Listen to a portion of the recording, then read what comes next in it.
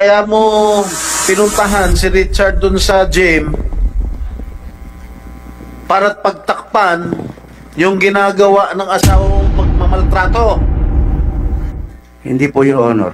O bakit there is no reason for you to go to the gym and confront Richard to remove or to delete the pictures that was taken? Sinungaling ka eh.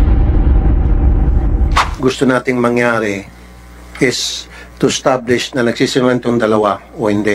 At kapag nagsisinungaling, then makakasuhan natin at makukulong. Yun lang po yun para sa akin. So sana po, yung tatanungin ko sa kanila, kasi I wasn't informed na meron pala mga bagong witnesses. Really, I wasn't really informed. I didn't know.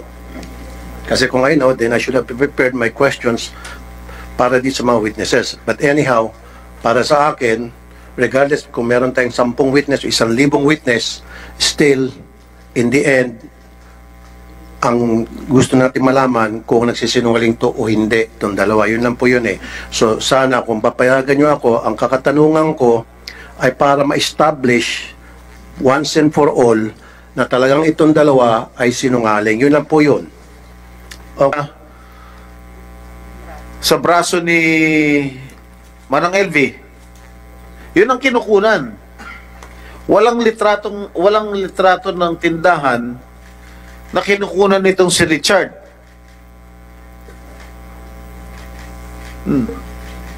Ano yung sinasabi mong tindahan? Your Honor, kasi yung tabi ng van, dito lang banda po yung tindahan. Kaya siguro, kaya mo pinuntahan si Richard dun sa gym para't pagtakpan yung ginagawa ng asawa mong pagmamaltrato. Tama? Hindi po, Your Honor.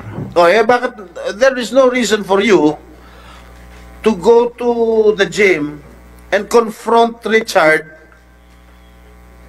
to remove or to delete the pictures that was taken?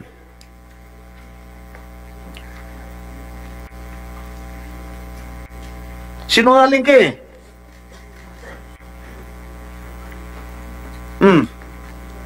Sigot. Hindi po, Your Honor. Anong hindi? Kaya mo, ako ang opinion ko, siguro, I think my colleagues here will also share the same opinion. Kaya mo sinugod si Richard dahil, at pinabubura mo yung litrato na kinunan niya na may galos si Aling LV dahil pinagtatakpan mo yung karumal-dumal na ginagawa ng asawa mo dito kay Aling LV. Ayaw nyo mapahiya.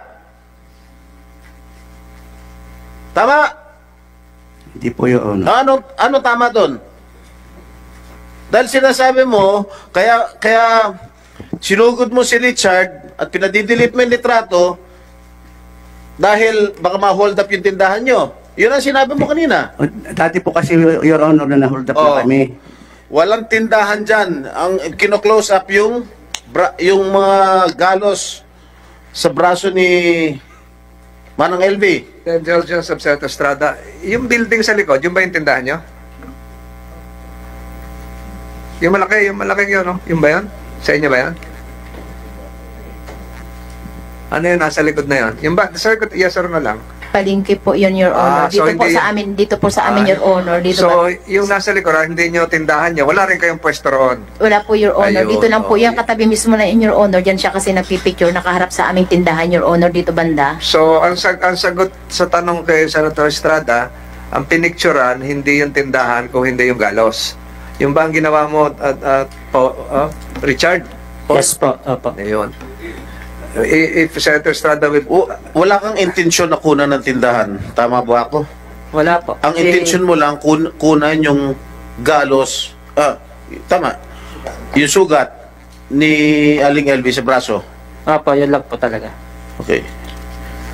Siguro maituloy ko, Senator Estrada, yung ikaw ay nagtatrabaho sa munisipyo, hindi naman ikaw siguro yung driver ng truck, ano? Hindi po. Okay. Iba pa po yun. May pahinante kayo. Ilan kayong pahinante?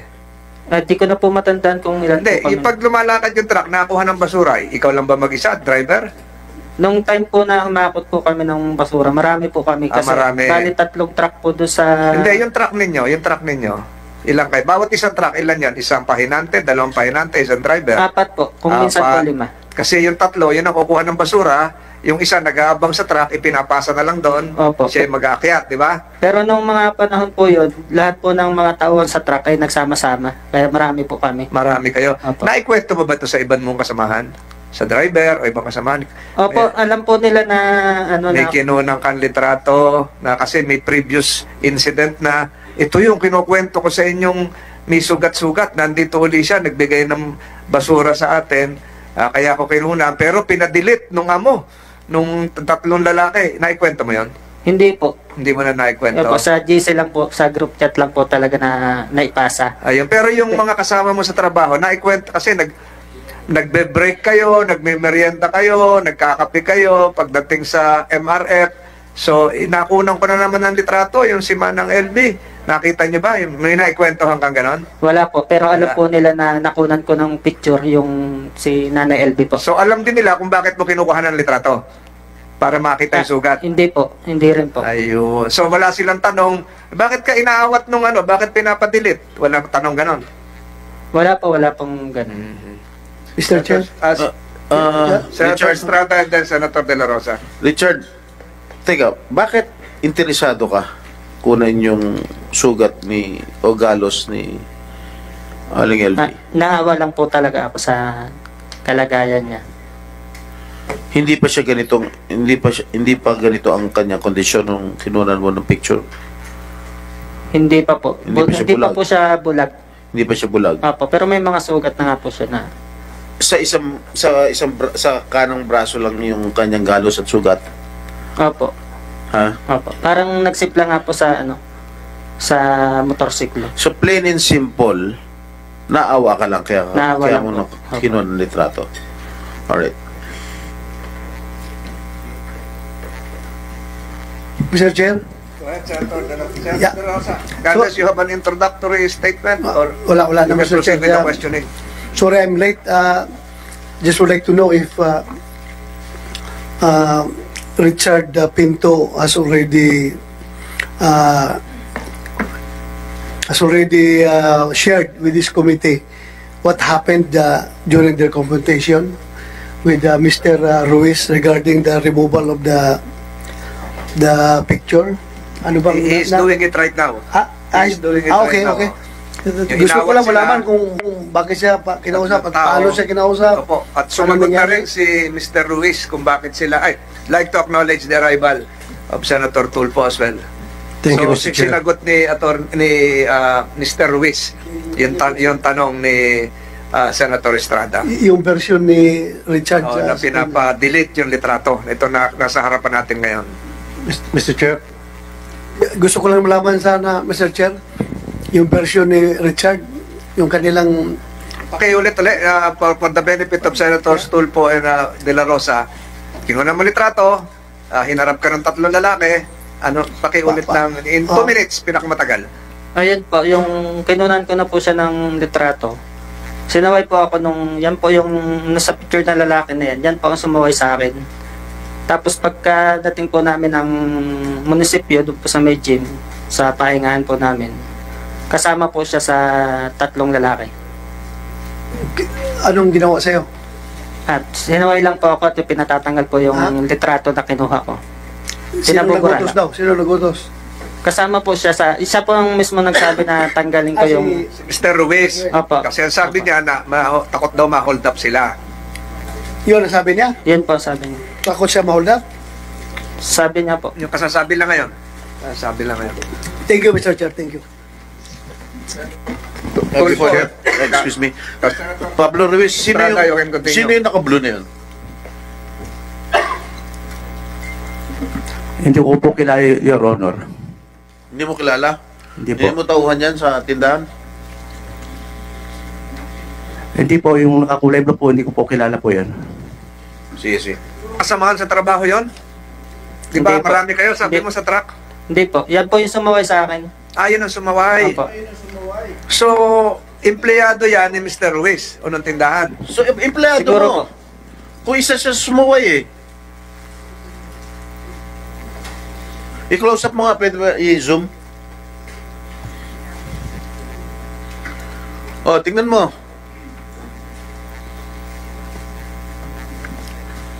Hindi ko ka talaga kilala, Your Honor. Ha? Hindi ko po talaga kilala, Your Honor. Richard, isa yan sumuway sa'yo. Opo. Sumuway sa'yo the same day, kaya naalala mo dahil naka-blue na t-shirt? Opo, yan po. Kasama din po siya sa, sa munisipyo. Sinungaling talaga ito. Sa pagsaway po. Ano, Ginoong Pablo? Lumapit ka sa screen. Tingnan mo. Mabuti. O, ito naka-blue. Your Honor, parang hindi ko na makilala, Your Honor. Ha? Parang hindi ko nakilala po, Your Honor. Tumutulong kay Aling ay, hindi na makikita ni Aling LB to. Tumutulong kay Aling LB to, yo. Di ibig sabihin tauhan mo.